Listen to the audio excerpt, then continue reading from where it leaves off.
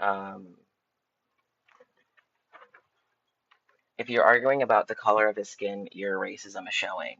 They didn't provide it because Jesus did. Okay, I don't know what that means. Okay, so caring about someone's skin color doesn't make a person racist. Like recognizing someone's skin color is not racist. Erasing a person's skin color is racist, though. So that's racist. You know what I mean? So racism is happening, but what kind of racism and from where? Uh, things Jesus was fictional. Amen. Things Jesus was not real. I also believe that. Jesus had money. Perhaps he could have had money, but he lived. He did. He lived kind of like a monk, where I don't know if he had a lot of. I don't know if he had possessions like that. I'm pretty sure he was homeless for, especially his like ministry years. So there's that. Thank you for saying that you like my hair. I like it too. I grew it myself.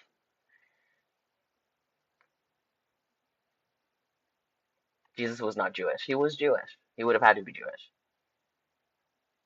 Mad or not, so take it down and behave. Stop being racist. Sassy bitch, which is your name. That is literally this person's name, their username. Uh, yeah. Like I said, erasing someone's race is racist.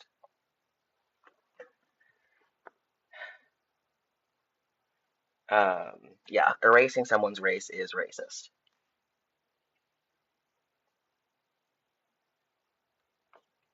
Or I guess like yeah, especially even their phenotypes, like their skin color, you know?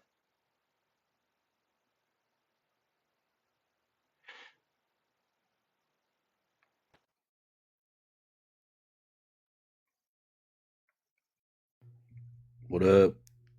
What's up? All right, so I'm just trying to fill out where you at. All right, I don't disagree with your back stuff, so I don't know if that's no go, but I'm an atheist. Okay. Looking where you're at. Me too. I'm an atheist as well. I am not necessarily like arguing for the existence of Jesus. I'm mostly arguing for Christians to have a more accurate understanding of like the person of Jesus Christ that they say that they believe Yeah, it's pretty obvious he was like a socialist immigrant who was in. Oh yeah, pro-immigration. Like, there's right? so many Yeah, verses where he's like, take in the foreigner and feed him your bread and give him your crops, treat him as exactly. your brother in Christ. All right, Yeah. I was just catching your drift. Be safe, man. Thanks. Thanks a lot. Have a good one. Jesus was quite famously Jewish, yes. Um, yeah, there are no chicks in the building. I'm new to Christianity, so it doesn't make sense. If you're new to Christianity, I would really encourage you to read the Bible, read the entire thing, from start to finish if you can. If you need to start with the New Testament, you can do that. But I really suggest that you listen to the Old Testament as well. Please read the book that you claim to believe in. That's my ask of you. Um, so yeah. Okay. I'm trying my best to get levels or whatever people come in, but sometimes it doesn't work. What's up? Oh, oh, can you hear me? Yep. Okay. Yeah. I have been seeing that mistake a lot lately. That people, and don't get me wrong, okay? Okay. Jesus encompasses a lot of Christian values. That's why he was, the figurehead. But he Yeah. wasn't, like your statement says, he wasn't Christian. He couldn't have been. Correct. I mean, it was at the time, it was kind of Judaism where you weren't in the big limelight of the Bible, Mm-hmm. which is not to say the Bible is the only history that matters. It's just, the Bible doesn't go over any other histories too well. Correct. Yeah. So I just, you know, it's just it confuses me when people. Sorry if you can hear background noise. It's all Uh, good.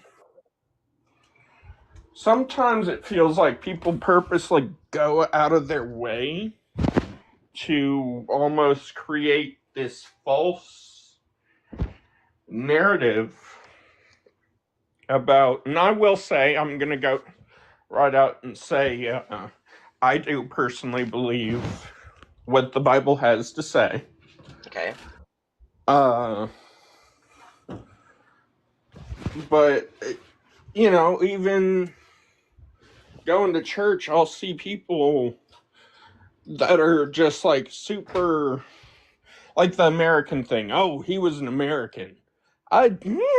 Not really. The USA, the government, like it wasn't a thing yet. Yeah. Right. Uh, I think that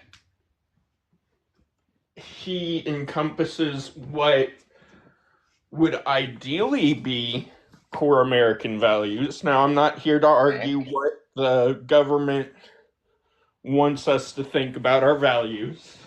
Right. It's just the original values were, justice, and a lot of people forget freedom of religion and all that.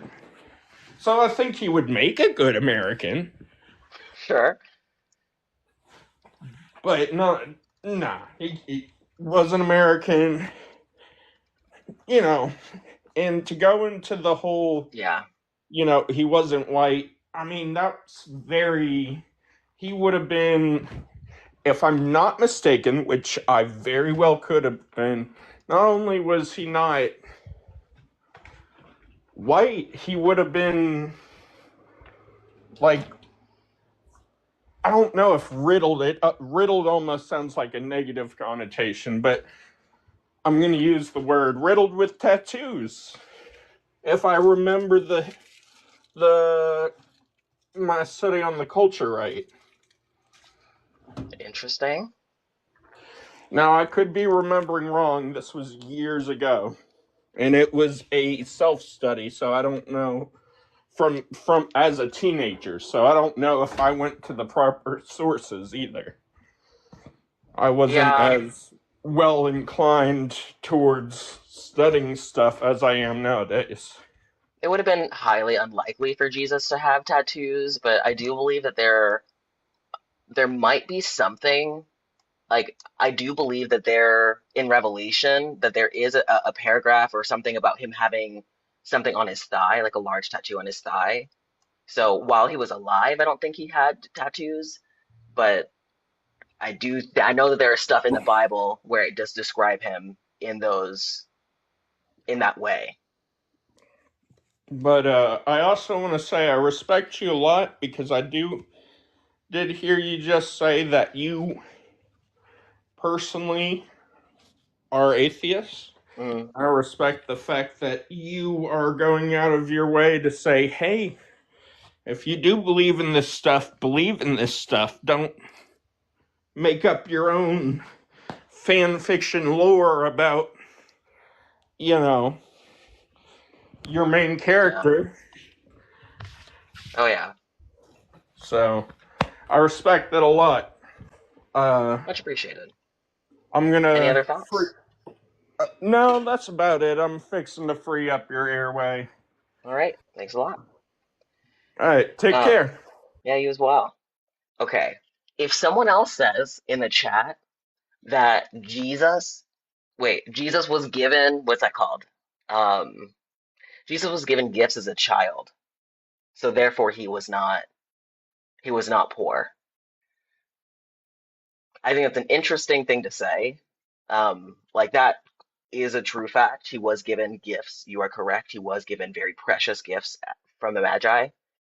But like he, as an adult, he still made a decision to kind of like wander and be, yeah, kind of not necessarily have a specific place to rest his head. So yeah. Um, so for example, and people are talking about Jesus's like racism and stuff like that. I think let me make this statement. Like there like may there have been things in the past where there might be like bias or bigotry or something like that. Sure, those things could exist. And like the Bible is pretty clear on things like, you know, people being equal regardless of like their appearance and stuff. But what do I know? Well, I probably am just silly and don't know anything. So, let's.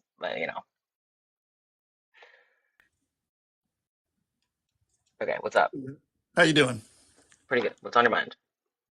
So I just joined. I was listening. Did the last person that was on here say that you were atheist? Is that correct? Yeah. So the post above saying Jesus was and he was not, this is just for discussion? hmm Okay. So when you say Jesus was and Jesus was not, you're saying that you believe Jesus was a person, but just not the Son of God and whatnot, right? Like, I'm more speaking to the fact that Christians believe in Jesus. Okay. All right. Cool. Cool. Yeah. So I actually agree with everything on here. I consider myself a Christian who Okay. believes in Jesus. The only things on here that's kind of, I don't know, up to interpretation, if you will. Rich, obviously meaning money, right? He had no money, Yeah. right? He was rich in other ways, right? Love and Yeah. yeah, Like, yeah, yeah, in that sense, for sure. right. Obviously, he wasn't a Christian because I mean he kind of spawned the Christian movement. Not saying that everything he believed Christians does, because I get what you mean. Yeah, right. yeah. And then homophobic. Obviously, he wasn't scared of people that live that way, although I don't believe he condoned it. And that's obviously a hot topic for a lot of people. But I think that is a hot topic, and I know that there are lots of Christians who fight on this a lot. yeah, So some Christians who think that he would be an advocate for things like gay rights, and some individuals who think that he would be on the side of repealing gay marriage. So that's something that I find within Christian circles, people disagree a lot. Even scholars disagree. sure, sure. Um, but yeah, I personally feel on that note that he would say what he said. And of course, everybody debates whether what he said was against or for. But he would say what he said and let everybody just do what they wanted to do. That's free will. I don't think he'd be out there saying, don't, you guys are trying to advocate for laws and stuff against it. I don't think he would do that because he's above that. He was above the Roman law, give to Caesar what was Caesar's. He didn't try to change that. That was human law, and he just said what he said, right? for sure. I agree with I agree with your perspective on it. Like I think that um, in my imagination, I feel like Jesus would be a strong advocate for like actual liberation for people. Um, and likely, yeah, hopefully wouldn't be, I don't know, distracted by annoying little things. Yeah. So there's Okay. that. Well, cool. That's really all I got to say. I just want to say thanks for being on here, and I agree with pretty much everything up there. So cool. All right, have a good one. You too. Thanks. Um, okay, guys. So we're hey, my name is not Max. It's Mav, M-A-V. And guys, I've been caught. I've been found out. I'm sorry. Mayan caught me. This is a woke manipulation. Okay, you're not talking to me. All right. This is woke manipulation, everyone, and I am I'm disrespecting Christians and Jesus with this post. My apologies to all the Christians that feel disrespected by having proper education about your Bible. I'm really sorry. That's really I'm devastated about it.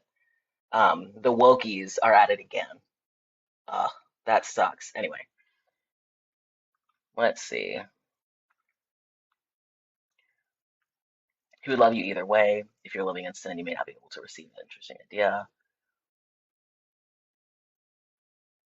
Okay, let me see anything else. Jesus didn't put stipulations on loving your neighbor. Also, the whole concept of free will, I don't think that it's real, by the way. Uh, it doesn't make sense to me. Free will doesn't work. Yeah. Yeah, but someone ratted us out, so that way the wokies, yeah, us wokies, you know, are causing problems. And really saying, and honestly, for example, I do believe, like Jesus was woke. Like he understood that the religious leaders were taking religion and turning it into something disturbing. He saw that. I have my issues, right, with Christianity and all that stuff. But I can appreciate the way that Jesus saw snaky people, saw how the stuff that they were doing was fake, was not actually caring about people's hearts, was more about legalism, following the rules. And he was like, this is wrong. Something about this is wrong. Your priorities clearly are misled. If Jesus came down today and he saw what the churches today were doing, the way that they treated their money, oh my God. To, because I think about the way that Jesus flipped the tables in the synagogue. And they was just selling some stuff like, a couple birds for offerings and some stuff like that. I don't know, maybe now it's turned from selling those types of things and now it's upgrading your fucking parking lot, raising money to upgrade the parking lot in your church or something like that. I'm not saying that it's bad to raise money or something like that, but I am saying that the church's priorities of ending poverty have clearly been misguided. Poverty has not gotten better. The poverty gap is increasing to my awareness, to my understanding, and I think that that's something that Jesus would not appreciate. Like that's kind of what I'm talking about. Okay. And people who say you want to join the conversation, yeah, you just have to get in line. And I try my best to get to everyone. I don't always make it through everyone, so sometimes you gotta wait around. If you're here, join my Discord server, hop over there in my description and then hop in. You can request things like you can request topics for me to discuss. You can request YouTube videos. You can request videos for me to like react to on YouTube and stuff like that as well. So check me out over there if you're interested.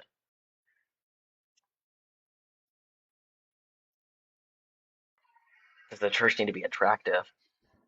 Interesting question. Anyway, what's up? Hello, can you hear me? Yes. All right, cool, Ben. So, as I, it's hard to say it because of the way it's going to sound, but as a Bible believing Christian, right? And I say that because, like you alluded to earlier, the church has, I think we're in a position where we are now, as a society as a whole, because the church has failed in a lot of regards, because, it's become more of a popularity thing. And I don't, like I said, I agree with a lot of the stuff that you posted up here on Okay. on that aspect of it. But how you said Jesus attacked the leaders of the churches, he attacked the politicians as well.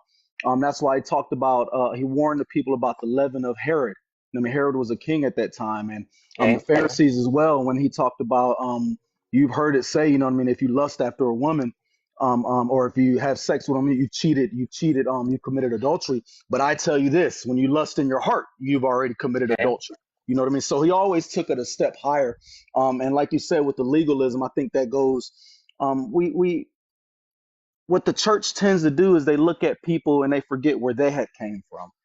And Okay. that's a sad state to be in if I really look at it. But when I try to propagate the same stuff, the same teachings that I read throughout the scriptures, not that I learned in church or that I was propagated as a kid, but as I read through scriptures and when it talks about, like you said, loving your neighbor, like I try to teach my daughters and my boys, my closest neighbor is my wife.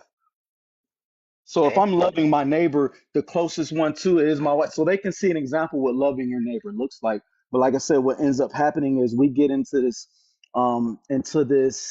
spot and we tend to pull God down to where we are and we sit and say, well, we would have did this and we would have did this and we would have done this without all the foreknowledge that God has.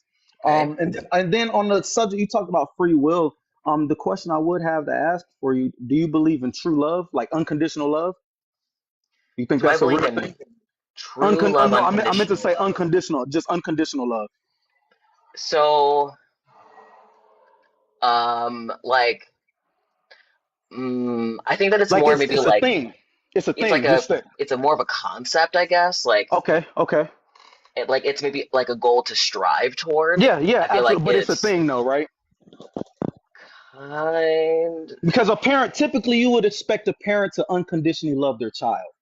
Typically, right, but I think unconditionally.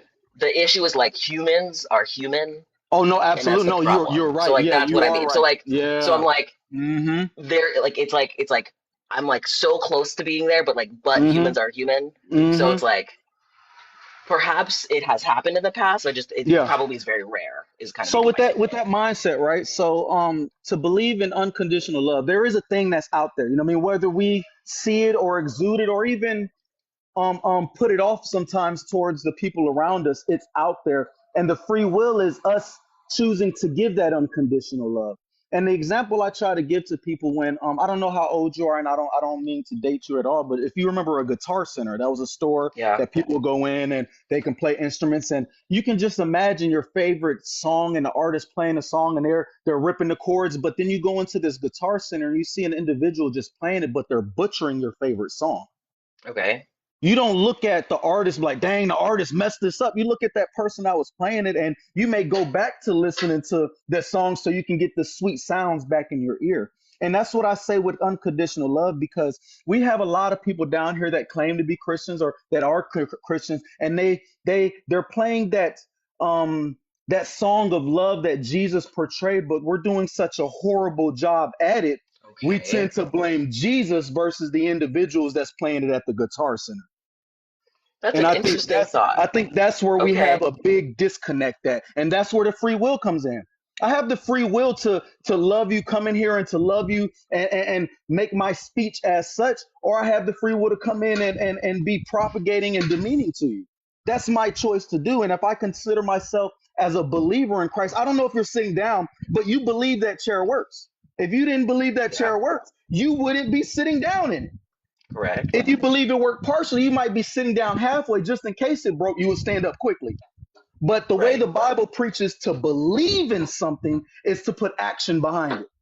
To love my neighbor like I love myself, I love my wife as such because the action behind there is such. And I have the free will to do that, if that Okay. makes sense. And I think like that type of free will, I think like the will to make those types of decisions, I think that's we have that type of choice. Mm-hmm. Um, and yeah, my whole free will thing is like very complicated and takes forever to Yeah. talk about. But I think I agree with that idea. I think that that's a better way to think about things. On my end, I do have like issues with like Jesus's message fundamentally sometimes because of the Say that whole again. You said I have fundamentally? issues. Yeah, I have like Okay. issues with Okay. the message fundamentally. So Okay. we would just have different opinions on that. But I do Okay. agree that Okay. like the way that people are twisting the message, people do direct, go kind of more to the source, and are like the source must be the problem. But and I think Uh, that there are some problems with the sources, but the people are more problematic. And Is what real I would quick, say. I see somebody said, "Do I love my wife if she continuously cheats?" Love doesn't always continue to accept. I can love her, forgive her. Hey, you got to go on. Because what do I look like as an individual? I'm running this race of Christianity. Wait a second, please. I'm running this race of Christianity, and I'm putting a stumbling block over my own feet. That makes no sense. So I can love my wife. Hey, I appreciate you. I appreciate everything you've done, but you're no longer for me. And if she continues, if she claims to love me, she won't continually cheat. If that love is Okay. true, that's not the. But if she does slip up, it's my job to forgive her. Now, if you keep slipping up, that's not real love, Okay. and that's the basis of love defined by what the scripture bases it. Because Which you can actually is have a true. Yeah. you can have a So definition of love, and I can have a definition of love, but that's a subjective definition. And I believe the definition of love nowadays is more of a tolerance. I tolerate you as long as I can. um, someone made a really interesting comment, and they said that the Bible does command us to forgive like indefinitely, like continue to 77, forgive. yes, absolutely, yes, yes, yes. But it does say if she does cheat. I mean, Christ said that wasn't supposed to be it wasn't supposed to be a divorce. You're supposed to work hand in hand to get over the situation. Now back to your original point, we're all individuals. Yep. Everybody has the choice to make their decision. If my wife chooses, and I'll just get a little more candid. Well, about 2, 3 years ago, my wife chose to leave me. So we were separated for a while. That was her choice. But in me loving her that way, I gave her that choice when she's come back. Glory to God in that sense. Gotcha. But like I said, it's that choice to love me or not to love me. The choice for a mother to love her kid or to put her kid in the trunk. They Okay, have so that here, choice. like, so this type of choice I think is actually a beautiful thing. Okay. But I think that one of the problems that I have Go with ahead, but in there, Christianity please. is that Jesus is, or like God's choice is like, I here's this really nice gift, but if you don't take it, I'll like punch you in the throat. Like that's what the message is. And could you give me an example of that very nice gift that he The sent? example is, I will, if when you die, I will take you to this wonderful place Okay, okay, of okay. Yeah, pleasure yeah, yeah. all Paradise. around. Yeah, yeah, But yeah, if yeah, you don't take this, I will send you to this place yeah. where your flesh will So, burn so, off so can I give indefinitely. you a different perspective to look at it that as? Because Sure. we know Yeah. we have this mindset that God sends people to hell, and then we look at hell as this hellfire, this place of complete torment. But all hell really is separation from God. So when it's an infinite separation from God. So when we talk about people having hell on earth, let's break that down as hell on earth. They have a physical separation from God down here. Now, God is so loving and he's so caring. If you don't want to spend time with him down here, why would he force you to spend time with him for the rest of eternity? That's not love, is it? It's just the alternative of that is separation from him. You have that choice. He wants you to, he said he wishes nobody perishes. So if he wishes nobody perishes, I would, like, maybe I'm wrong in defining that. That means any person that's a body, he doesn't want them to perish. It's so like it is really, it would be like putting a explosion button on Mm-hmm. on a robot, Yes, and sir. then being I like, mean, yes, ma'am. I designed this robot to never explode. Then Okay. why did you put an explosion button on it? Yeah, yeah. I can get you Like, on that. so God created humans Mm-hmm. with the tendency for with this like nature to sin or whatever, or this possibility for No, sin no, to no. So sin. no, that goes back to the free will. Like that's in everything in life, right? Let me know if I'm wrong. There's got to be some type of boundaries. Like when you go to the sidewalk, I mean, you go to the street to make the boundaries for the people to walk. There's sidewalks on it. It's just not with the street. So when Okay. God created everything, it was good, and then He gave, look, you can do anything you want, just don't eat of this tree. And if you eat of this tree, you'll surely die. That surely die, like I said, by definition, is separation from me. It wasn't. Go ahead. I'm sorry. Go ahead. It's just like, you know how that thing where it's like, it in my head, like humans, we're mammals, we're primates, we have very curious brains.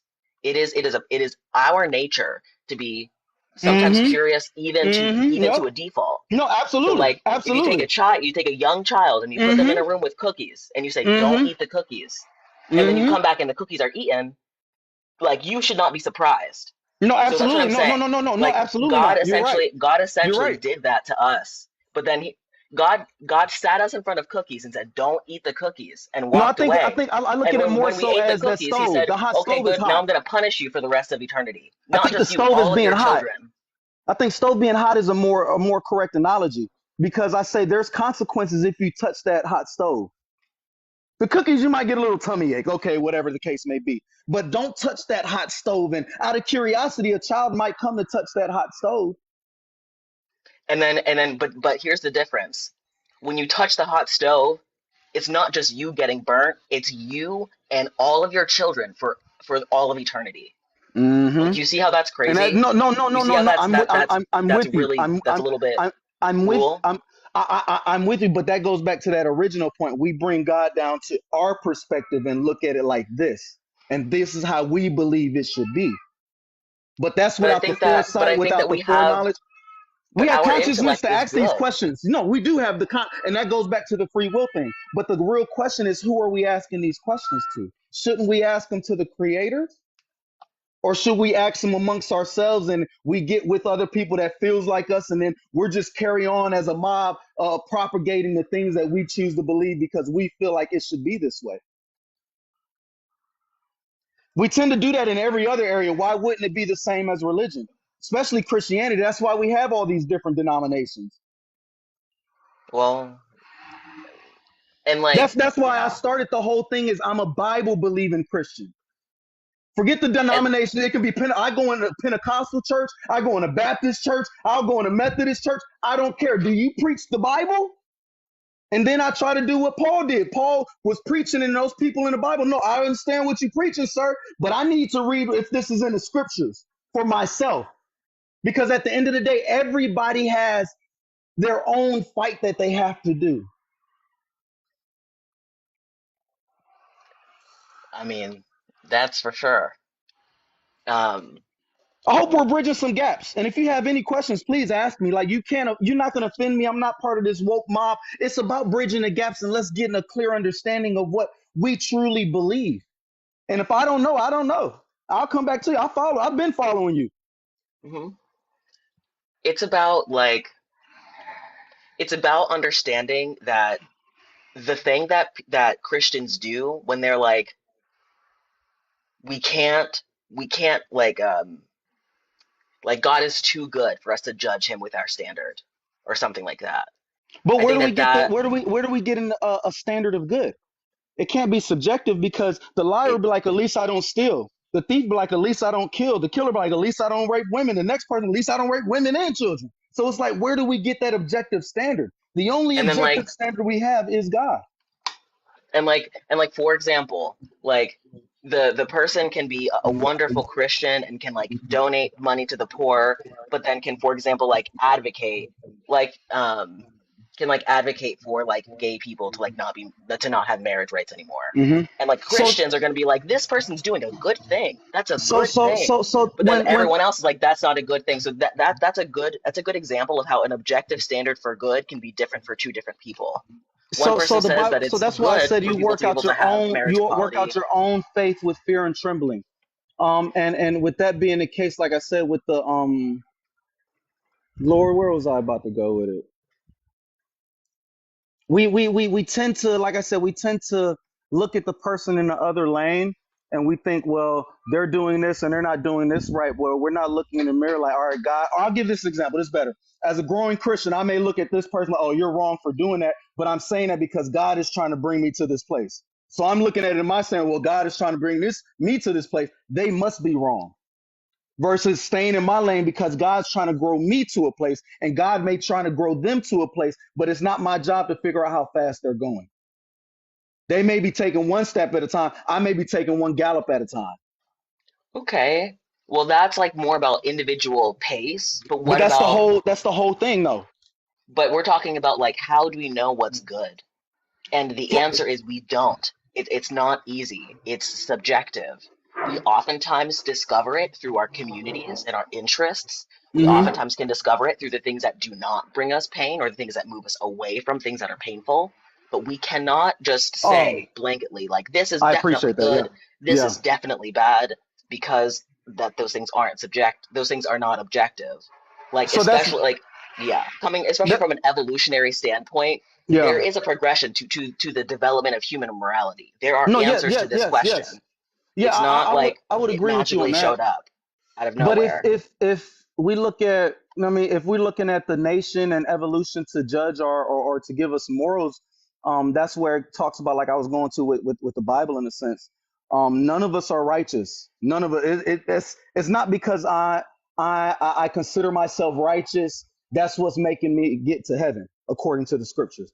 Because Jesus said, the word says, my righteousness are like filthy rags, and that's attributing to somebody having leprosy. They can put on all the clothes they want. That decaying of their skin is still going to protrude through the clothes, through the outfit. So what it is we'll put on our cloak of righteousness. Well, I fed the poor, I gave to the needy, I did this. Look at me, I'm such a righteous Christian. But that's not what's getting you into heaven.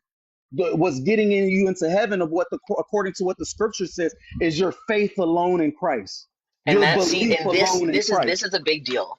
Hmm. It's not even about what gets you to heaven. It's about what is good. Because there's a Okay. difference. Because there's a difference. Like, for example, like there are verses in the Bible where it says, do not connect yourself with unbelievers or something like that. Hmm. Someone could Yeah. You say, don't want to yoke someone yourself. could Yeah. say that, they have like a bunch of friends that are non-Christians and they just like abandon all of their friends and stuff like that.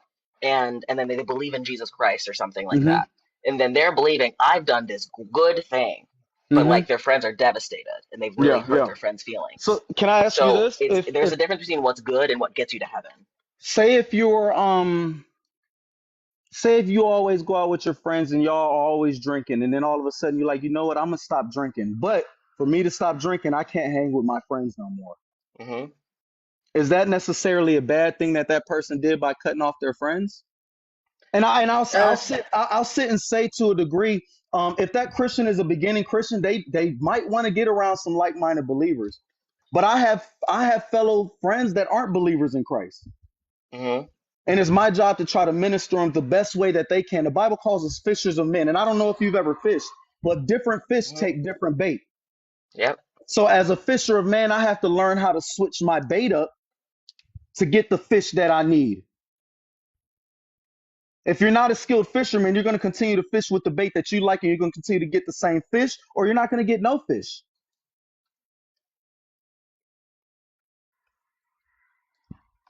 Yeah. But It's that good it you word, that know. good thing is subjective. That good thing is subjective. If you're putting on, well, I'm a good person because I'm a Christian, according to the scriptures, you got it wrong. And And somebody said, am I trying to convert my friends? I'm trying to convert them in love. I'm gonna propagate love to them in my conversations, in the advice I give them. If they come around, hey, I need this, I got you. yeah, It's like not about getting people, hey, you did this, you did this, you did this, now you're going to hell. That's not the way Jesus did it. So why would I do it like that? Jesus met them where they are, told them, yeah, you may be hurt, but let me tell you about a God that loves you. How do I know that he loves you? Because the scripture says that he loves me and he shows no favoritism. So if he loves me, I know he loves you the same way. so like that's cool, but it doesn't like for example, if someone's like, I'm heartbroken and my parent died, and someone was like, Jesus loves you, it's like, okay, No, like that I'm just sorry. doesn't I dealt with death in my family. it doesn't do Let's meet anything. this. How can I help you with this? Can I be a shoulder to lean on? Where do Well you need some that food? Do you need some food? that Do you need me to pick up the that's the that's love that better. you that's the love that But you hit them with. a lot of times Christians will say the things like, well, they're in a better place. They got their bait wrong. Do not you know what, do not be sad for them because they are in a better place, rejoice for them. How do they know that? Like imagine if a Christian died. No, that's what I'm You saying. How do someone they know that? They don't know that. Nobody knows that. Only God knows that. I can hope for that, but the individual that's here, it's my job to love you and try to build you up out of that grief. You know what? Feel the grief for a couple of days, but you can't stay there because the grief will lead to depression. Depression might lead you to the same state where your loved one is. You have people there that care about you, that love you. You shouldn't stay in that so state long. what does it mean? So how does someone leave that state? I think it's going to take time. People have their own grieving period. But as a Christian, it's my job to be there to help you through that grieving process. And we're talking as a friend, right? If this is my friend coming to me saying this and they need help, Right. And like what about if a person has anxiety and the Bible literally says do not be anxious about anything? why though? Like the Because it Bible says doesn't give cast your cares. It said cast all your cares on me. So that's just like me casting my care on God is giving it to him. Lord, I don't know why I'm going through this right now, but you need to take it from me, Lord, because I can't deal with this right now. I but need you your want help to get through this. but what I'm trying to say is Mm-hmm. that that doesn't mean a lot of things. Like to Okay. just say to someone, like you're like, I have anxiety, I have Mm-hmm. social anxiety, and they say, give it Mm-hmm. to God. It's like, Mm-hmm. what does that mean? Like, Just how just like I was does one expressing to do you. that? Just like I was expressing to you. So when that What are the anxiousness, steps of how someone gives it so to God? it's not a cookie cutter thing because like we said, it's an individual aspect, right? So if But you're it should growing in be. it, There should be direct tools for a person to have to help alleviate their anxiety. so That's what so first therapy is for. Therapy so the helps to give first you thing actual tools. so the So what are first thing you actual have to tools be that Jesus has? so the first thing you have to be is a believer.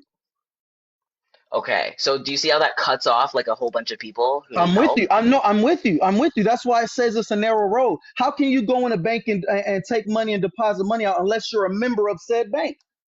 So then how can you help your friends if they're not Christians then? You can I'm say give give it to so God, so but so they it's don't have I the just God to give it to, so then you don't, it's that's not giving them the helpful. scripture, giving them God in my actions to lead them to that.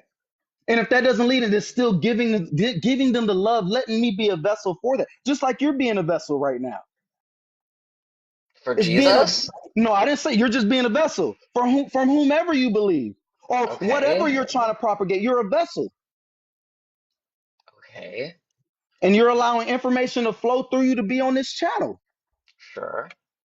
And that's the same thing we're supposed to do as Christians: is be a vessel that the love of God can propagate from us to the individual. Well, yeah. I also think that we are, our love is really cool, and our, yeah, yeah. So that, like, so these little things are some of the reasons why, like, It's uh hard. It's hard, and it can cause division. Absolutely. yeah, I'm yeah. absolutely with you. But as somebody that's a follower of it, right? Somebody that claims to be a believer in it, like you believe in that chair, it's my job to in my everyday. Not saying I'm not going to slip up because we're And fallible. We're it's human. very different because I can see the chair and touch the chair, and I can't see Jesus or touch Jesus or do Hmm. anything to prove that it exists. Like, it's not. So But the chair, it should be through the Christians' interactions. Jesus said they're right? going to know you. They're going to know you by your love for one another. So if But they that's don't know us for remember that, how we we've said messed up. earlier. You said earlier We've how messed up. through humans is where the problem starts to happen. Hmm. That's We've the messed problem. up. That's the Hmm. problem. Hmm. Jesus or God, if God is real, if Jesus is real, we should be able to physically back that up. But we But can't. through historians, you can back up Jesus. his Histor his his historics is interesting, but it Yeah. does, like, I've looked through historics, and the historics are Hmm. interesting, but they do not provide a factual basis for the existence of the person of Jesus Christ that was born of a virgin and was death resurrected, or death buried and resurrected. That person does not What do you exist. mean by factual? Factual meaning something that can actually be well established, that is not just hearsay.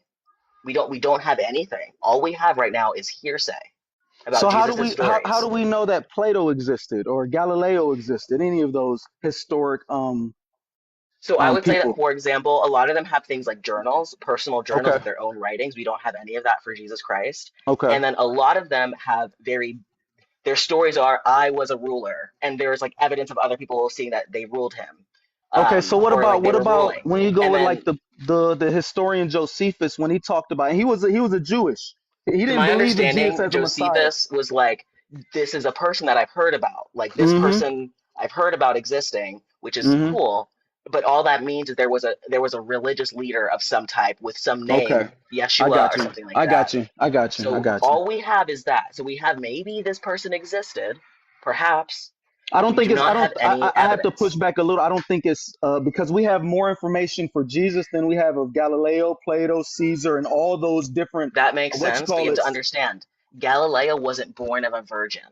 No, I'm with Galileo you. I'm with wasn't you. I'm with you. I'm with you Galileo on that. wasn't claimed to have walked on water. So Yeah. Jesus, all these claims about Jesus, when you look at other stories, and when you see things like this, where some type of a character, all these mystical stories are coming out about them, it Hmm. oftentimes is because they were some type of a special person, and a Yeah. lot of people, like, beefed up their stories about him, because So I got. that happens a lot. Word of So mouth, that things change.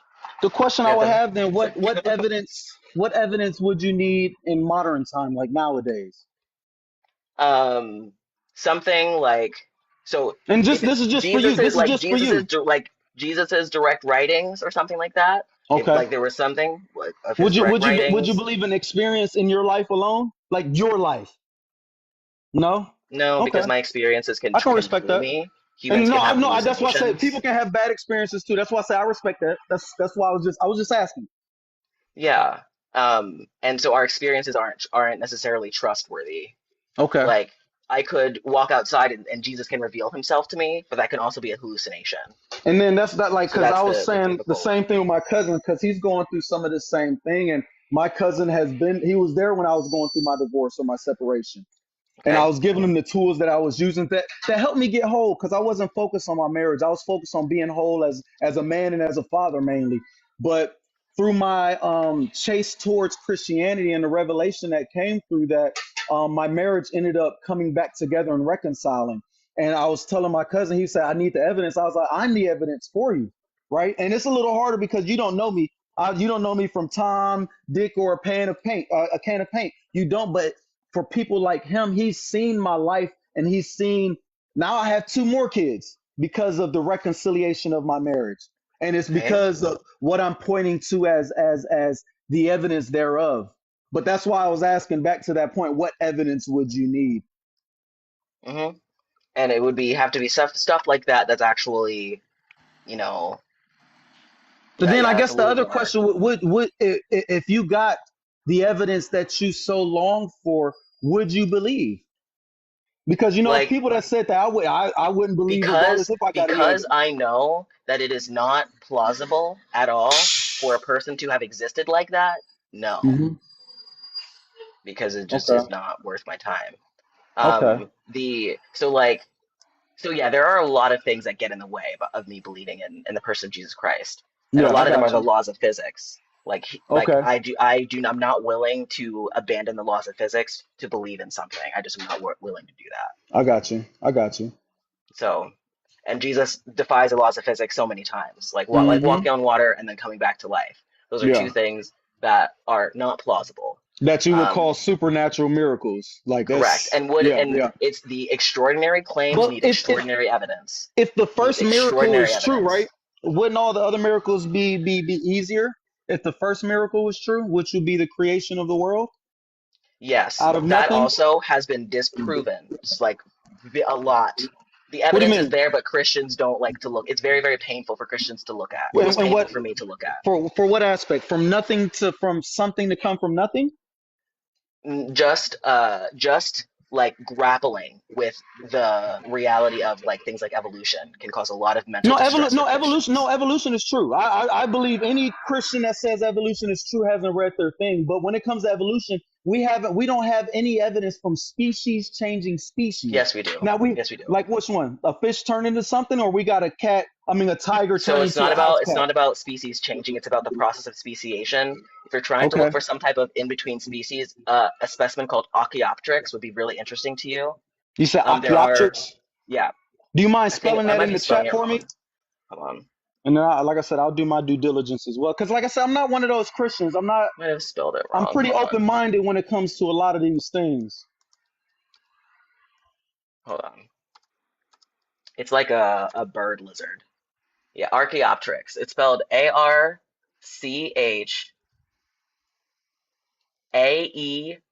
Archaeopteryx.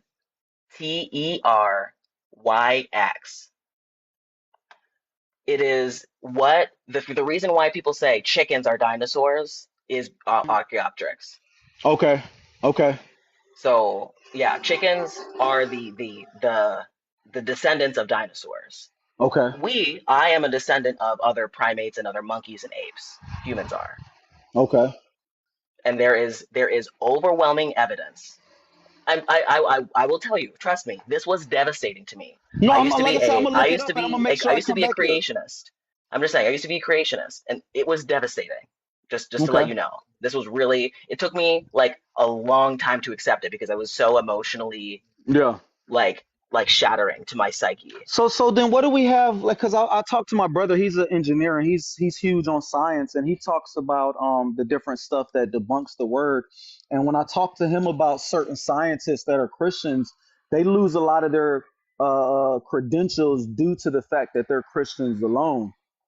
So it's how do we? And it's for really good reason because Okay. a lot of them abandon their scientific like sureness for the sake of belief. My dad is a great example. He's a Hmm. chemical engineer. He's probably one of the smartest people I've ever met in my life. I'm not Okay. joking. And obviously I'm biased because he's my dad. But he also believes in a 7,000-year-old Earth, which is Yeah. crazy. And Which is I don't crazy. know. That's impossible to prove. Like, because It is not. No, no, no. even when It you is go with, possible to prove. It is possible to prove, and it has been proven and established how old the Earth is. okay, what's the oldest living thing on Earth that we have? Would it be trees? Um, no, trees are pretty young. There are other types of creatures. I don't think it was trees. Yeah, I don't think trees were the first like thing to be created, to my understanding. Oh, people like yeah. Um, People like yeah, basic tiny. Oh yeah, that's true. Creatures like single-celled organisms first showed up. Um, what? Yeah, mushrooms are Yeah, really yeah. old. There are a couple of like actual creatures that are really old, really tiny things. Um, Trying to think of some of the, and I'm pretty sure that some of the first like. I'm actually not going to speak too much to that. Yeah, I haven't talked about evolution in a little bit. Um, And then he goes back to where does, but yeah, life, non-life doesn't produce life. it does. It There's does. evidence like yes, it does.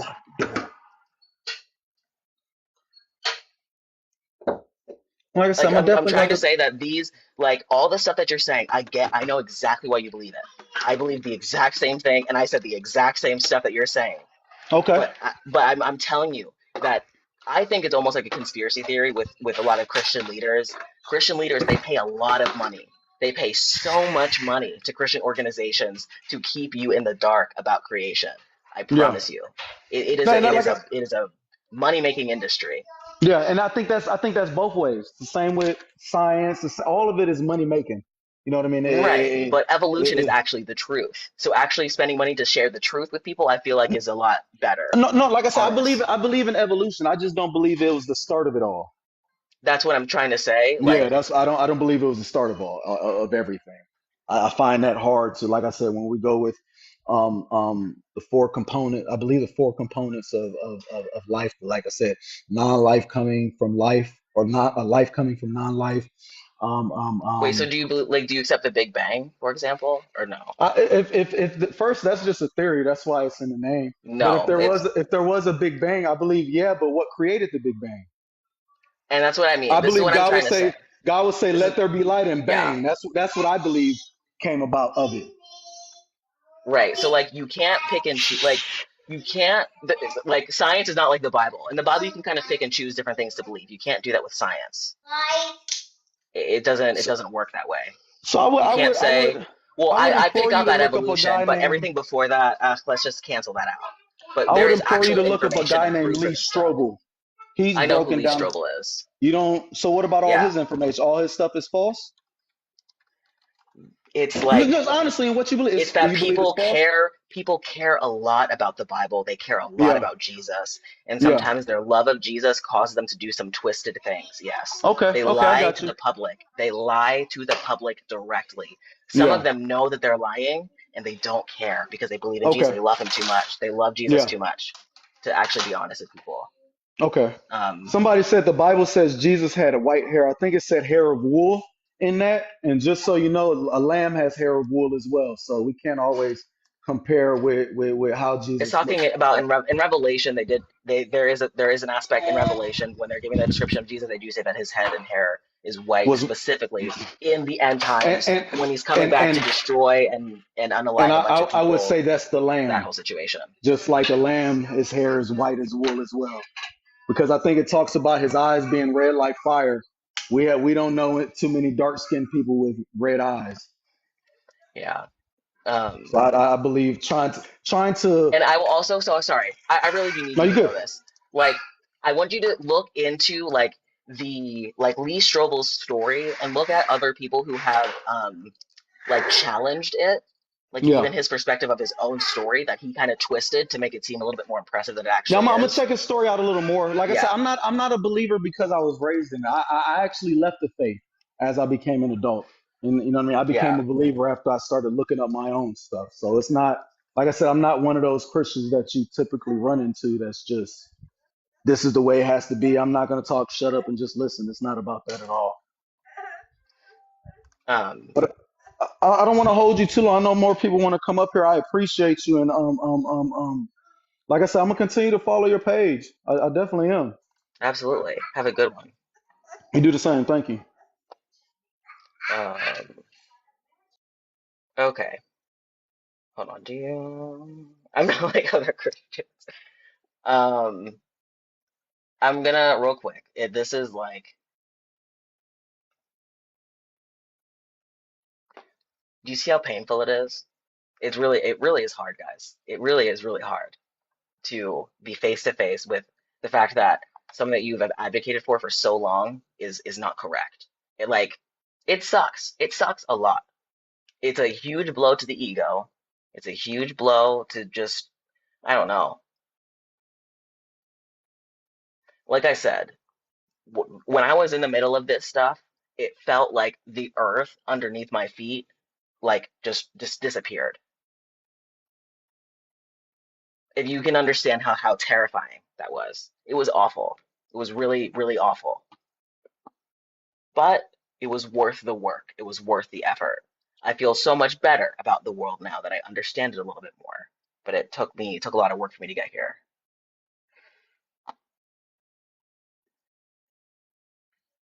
Okay, what's up? Hey, how you doing?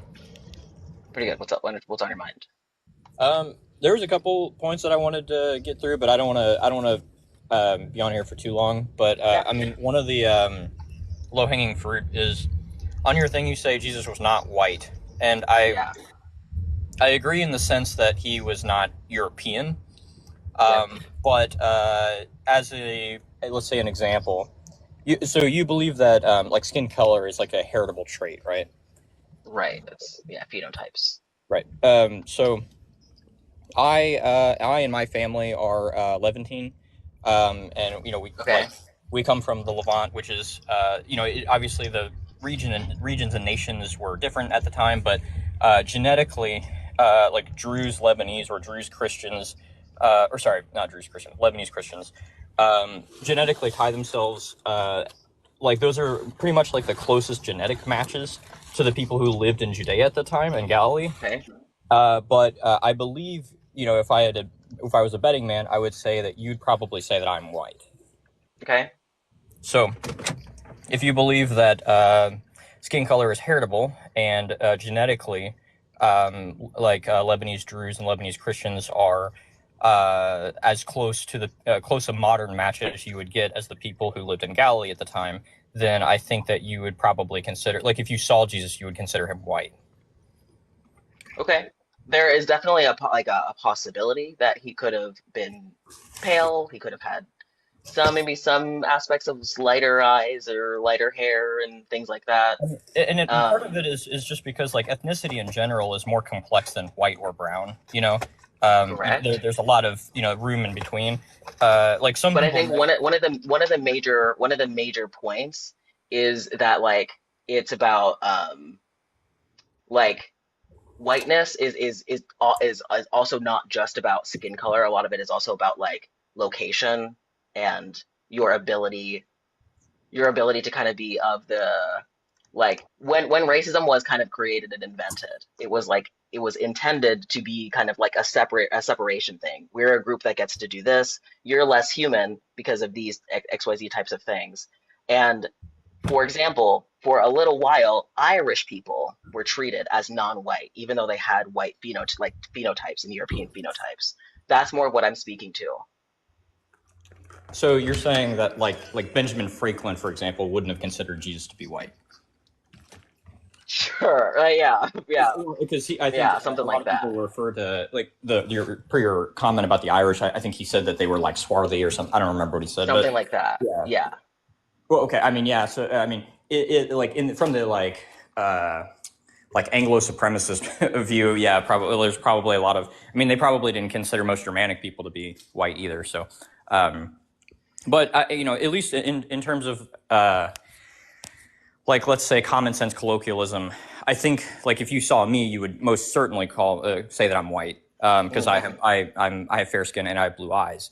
But I am also like authentically Lebanese and Phoenician, whatever you want to call it, like the same like they did a special on this a long time ago about like tracing the genetic lineage of people from Galilee, and Mhm. they identified it most closely with Lebanese Druze. So, anyways, that was the point about the quote unquote white. Okay. Not that it's honestly not that big of a deal. It matters in the sense that I consider Jesus to be a historical person who existed in an actual place and time. But I wouldn't be fighting over it unless you put it up there. So that's why I was commenting on it. Cool. Do you have any other thoughts or anything? I did. Other things to mention?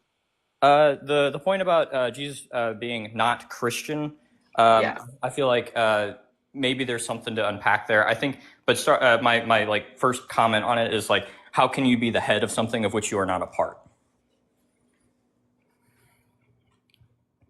I think like the Buddha is a really good example. Like I don't think the Buddha would have considered himself like a part of a movement, but then people like made him they made him like the head of this movement and they called it Buddhism. Like, does that make sense? So, do you think that Jesus did not intend to create Christianity? I don't really know.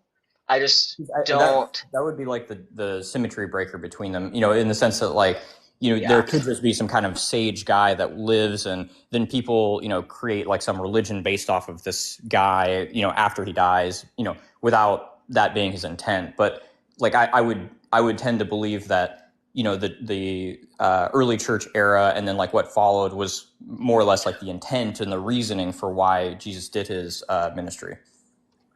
And like for example, like I'm thinking, and I'm this one I'm not actually sure of, but like Martin Luther, for example, when he pinned up the 40 Thesis, like did he know that he was going to start the Protestant church? I'm not sure if he knew that. But he Most did likely end up no. being kind of the figurehead of it. It's true, and I would agree in the sense I don't think, because his initial intention was Reformation, so his idea was actually more or less to remain Catholic and change the Catholic Church, and I think he actually hated the idea that people would identify themselves as Lutherans, Mm. because I don't think I think he like, and he says several times over actually that he much prefers the Catholics to the quote unquote radical Reformation or the like Anabaptist stuff that followed sort of during the Protestant Reformation, Which but. is hilarious. It is funny, Yeah. yeah. But yeah, so I think it could have been something like that. Like I think Jesus knew that he wanted something to be different, and he looked at the larger group and he was like, something's really wrong here. But it does seem a little bit like, especially after they started spreading a message, they're like, okay, maybe this is some type of a movement of some kind. I don't know if it like, but to my understanding, I don't think that there was ever a point where he like made it clear that he was like disconnected from his Judaism. Well, I guess it depends on what Judaism and like the word Jewish. I feel like can refer to multiple things, and there can be some Correct. confusion about that. Right. Like from our perspective, so full disclosure, I am Christian, Mm. but from our perspective, his Judaism is like nothing more than the like progressive revelation of our Christianity. Like everything in its sort of proto infancy form that is present in that the Judaism that he was a part of was fulfilled in modern in Christianity as it fall in the post apostolic age. Whereas, like, obviously not in reference to like modern Talmudic Judaism, Second Temple Judaism, which is very far. It is actually old, or sorry, it is Christianity is older than Talmudic Judaism. Does that make sense? Jesus is older than the Talmud. Is that what you're saying? No, Christianity. Like, let's say if you're defining the age of Christianity, let's say starting with the death of the last apostle, John, um, and the church that was created, that predates Talmudic Judaism. Okay. Talmudic in like I believe that was more or less formalized in like the 3rd century. Okay. But so I'm just saying that as like to distinguish between like when we say he's Jewish, like he's not like Orthodox Jewish or Hasidic Jewish or Ashkenazi Jewish. Like he was he was from Judea, which is the origin of the term Jewish, and the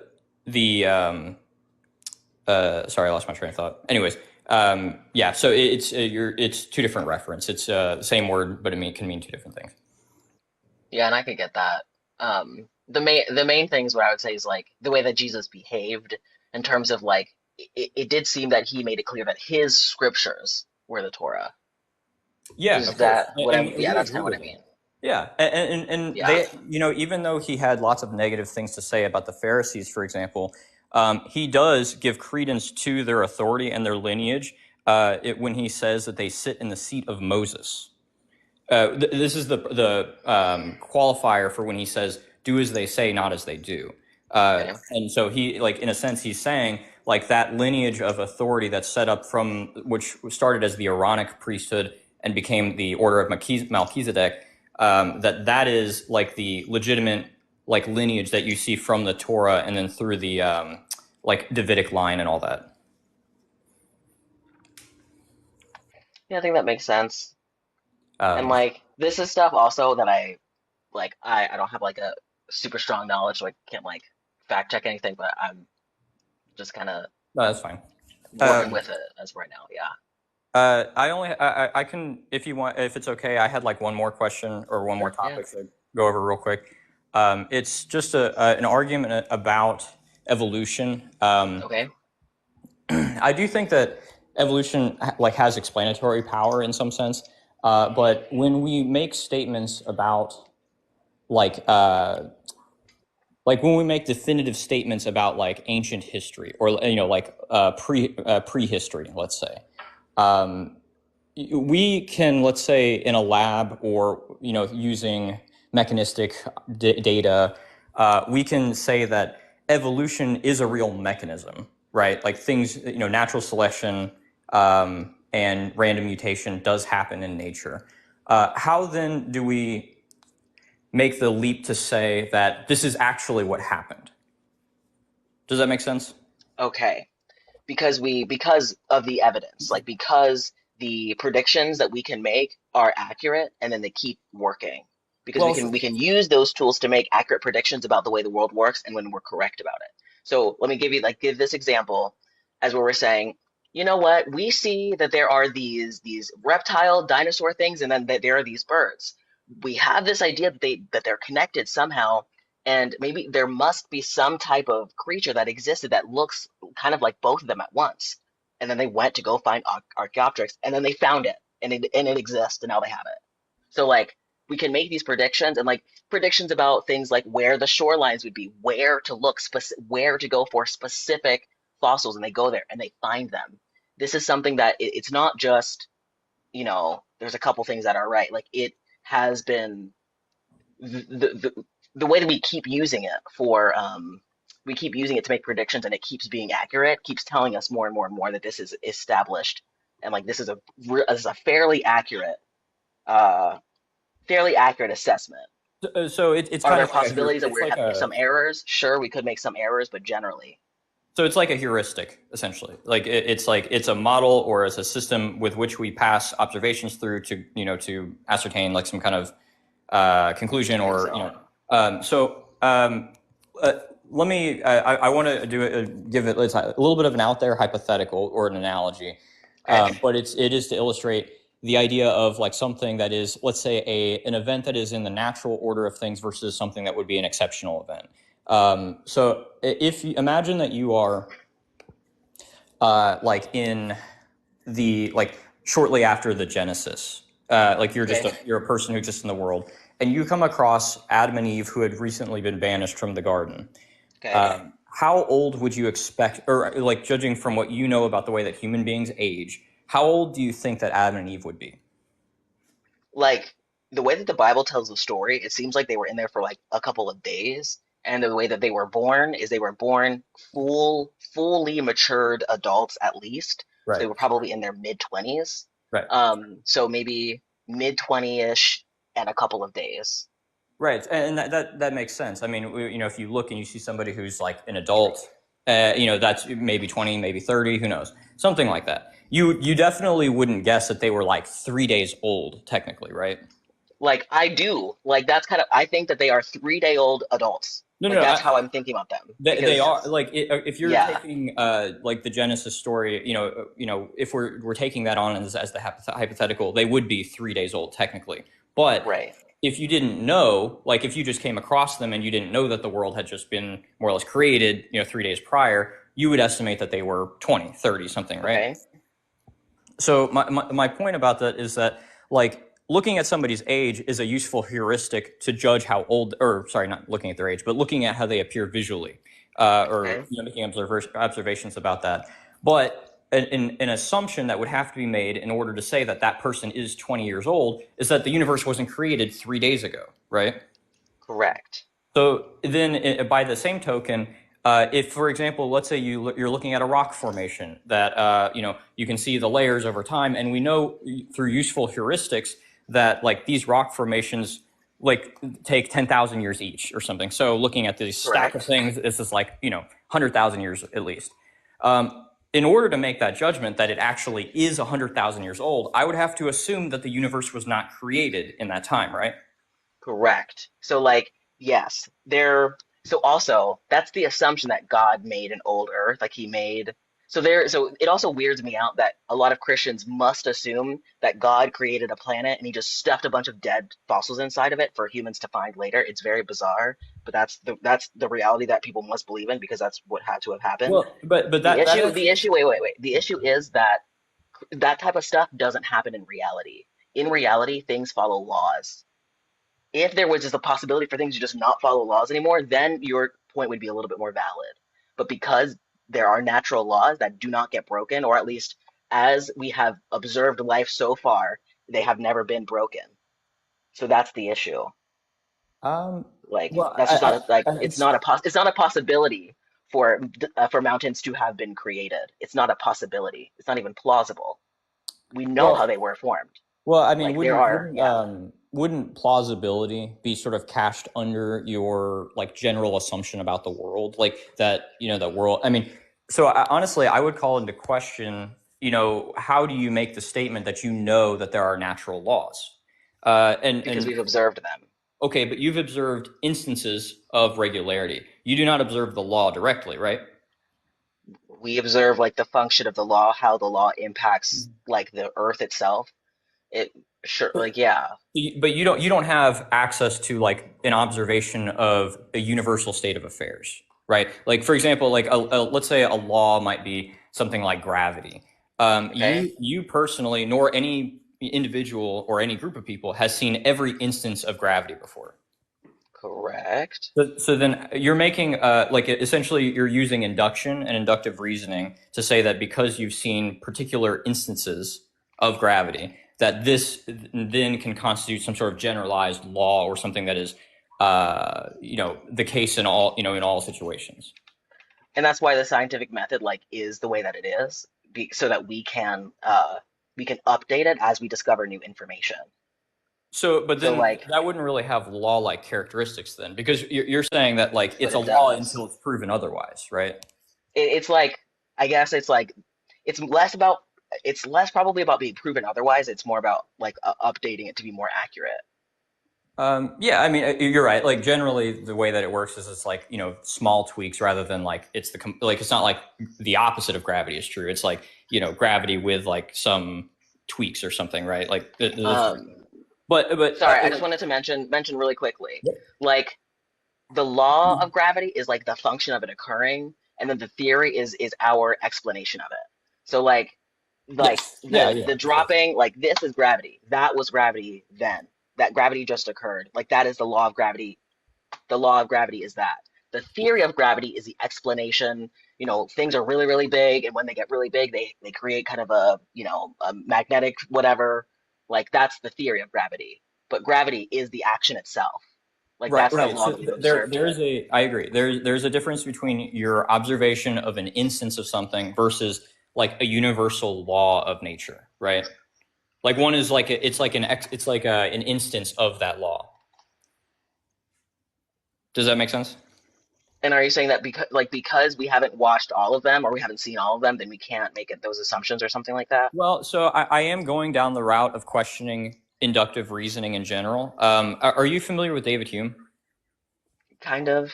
He's like a Scottish philosopher, from Yeah, like yeah, yeah. Enlightenment age. He had he was an empiricist, and Okay. one of his arguments are, not necessarily against empiricism, but about empiricism, was to question the validity of induction itself.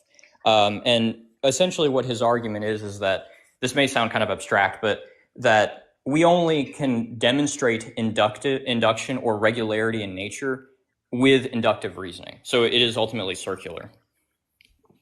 So Okay. an example of this is like, you know, not about like a particular law, like about gravity. Obviously, yeah, you drop something over and over and over again. It's like clearly there seems to be some regularity here. But if we're talking about like how do we know that like the universe operates in a law-like fashion or in a regular fashion in general, all we have in our day-to-day lives are discrete observations of regularity or patterns, but we do not have evidence of like the underlying law itself. Does that make sense?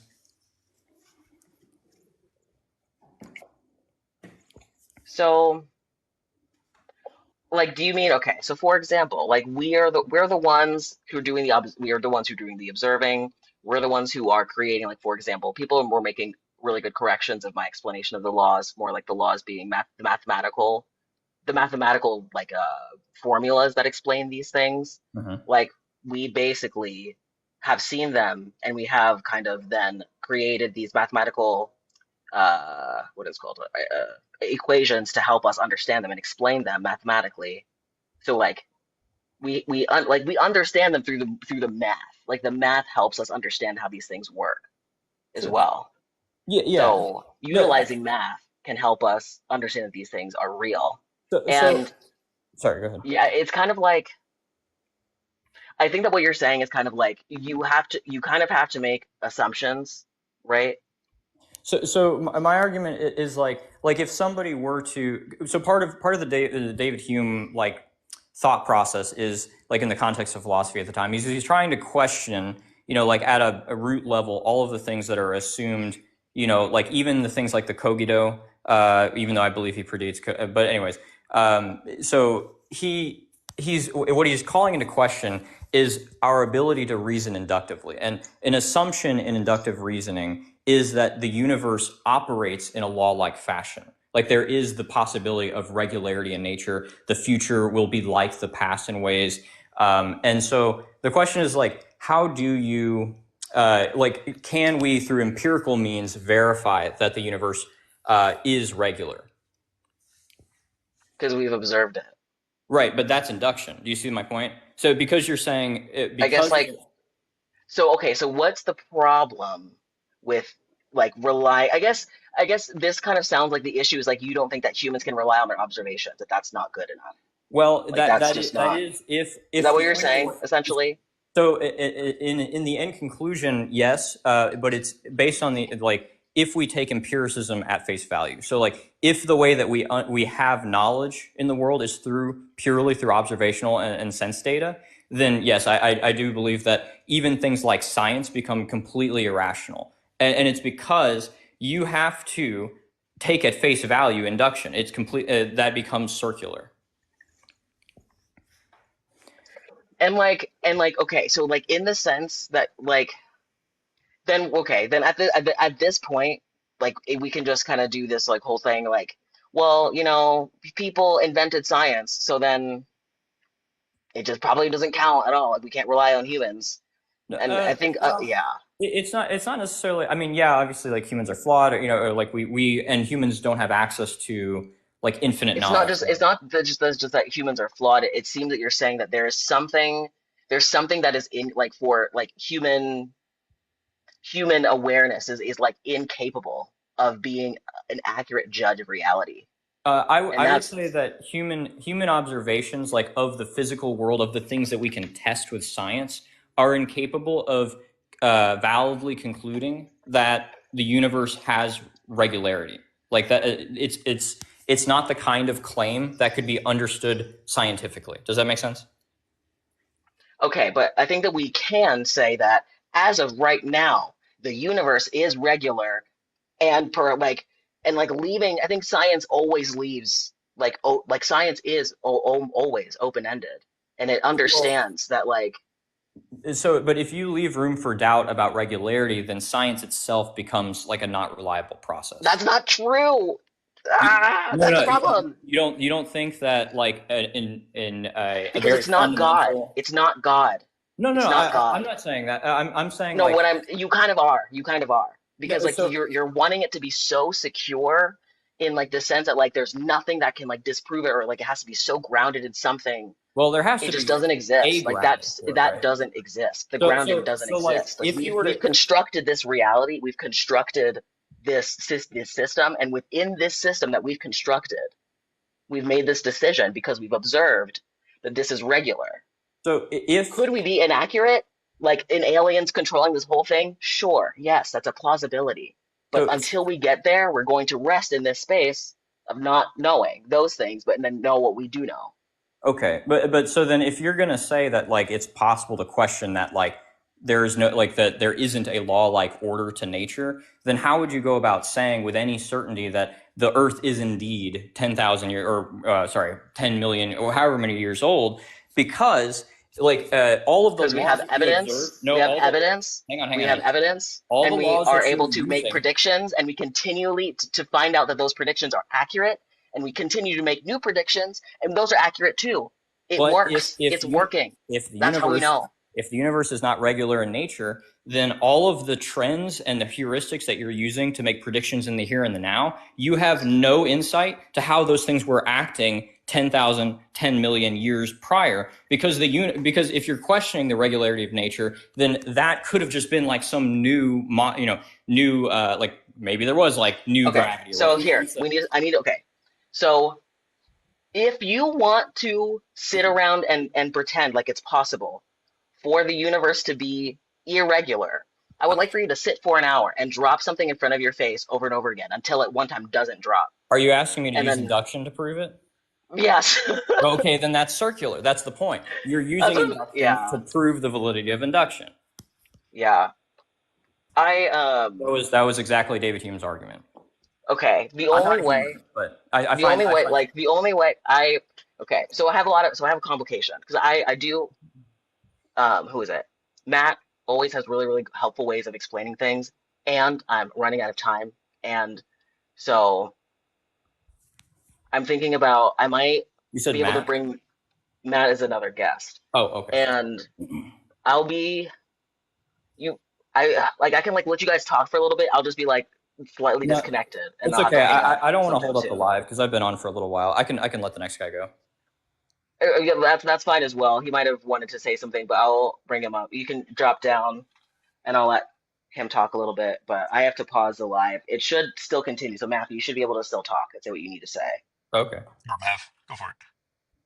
So this idea of it's being inconsistent or circular is basically nonsensical, and Hume's wrong when he says it's circular because we're not using induction to prove induction. What we're using is empirical data to create models in which to observe. When those models are observed and have consistency, we are showing empirical evidence of consistency. When we get empirical evidence of consistency, you would need a reason or a function for change to take them out of consistency. With a lack of any reason for change, we now have the method to say that we have a consistent model.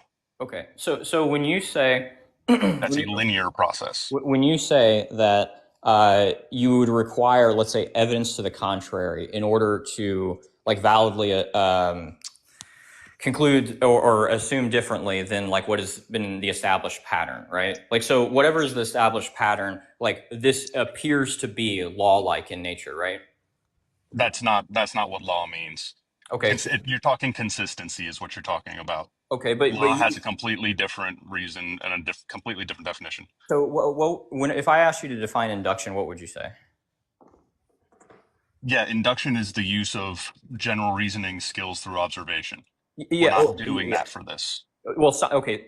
To be clear, science requires induction. Like that, it is a prerequisite for Yes. induction, right? Yes. Okay. But we are not using induction in order to prove induction. We are using the scientific method, which uses induction. Matthew, I think you're muted. Sorry. Call there for a second. We use the scientific method, which is based in induction, yes, to gather data, empirical data. Empirical data is then used to justify the consistency of the models we see.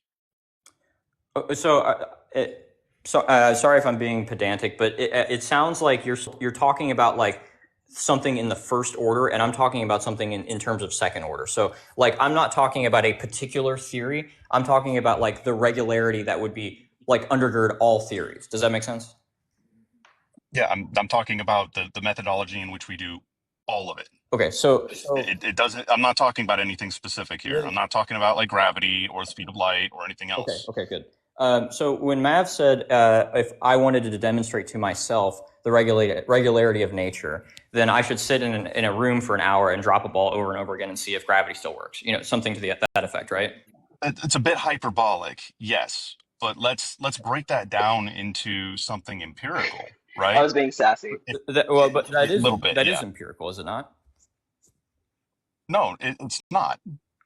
There's no grounding. There's no actual structure going on. What you would have to do if you want to change it from just being this base observation, just going off base observation, is you would need to make a hypothesis, construct an experiment, gather the data, repeat that experiment, see if the data remains consistent, come to a conclusion based on the information, and then have that data peer reviewed in order to see if it's consistent with the scientific method through others' eyes, right? Then you're moving away from this just basic inductive reasoning into an actual structured empirical study. So in all of the, let's say you did exactly that process that you described, and you did it 1,000 times over, right? Like it's been Yes. tested and verified.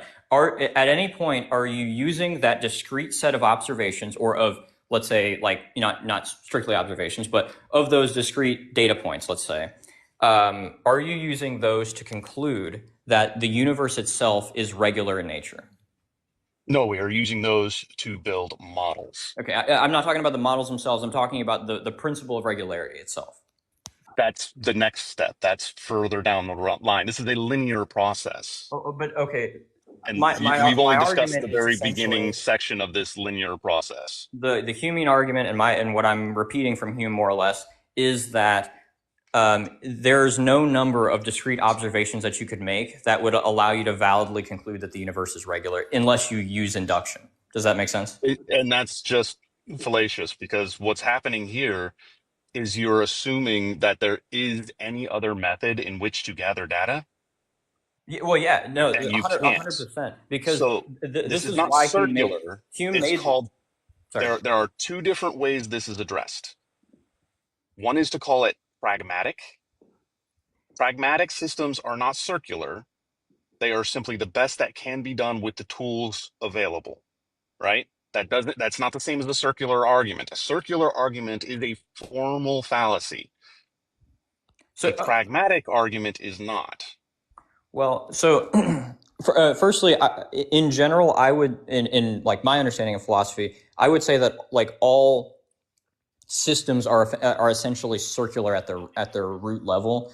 The reason why That's the fallacy. That's the fallacious thing that people tend to fall into when they discuss this well, position from Hume's, it because it's not well, true. it depends on it depends on the sort of higher level questions about epistemology of a given system. So, like Humean empiricism is based on foundationalism. It is based on like the idea that you have like a most certain belief, and you build upon that certain belief less certain things.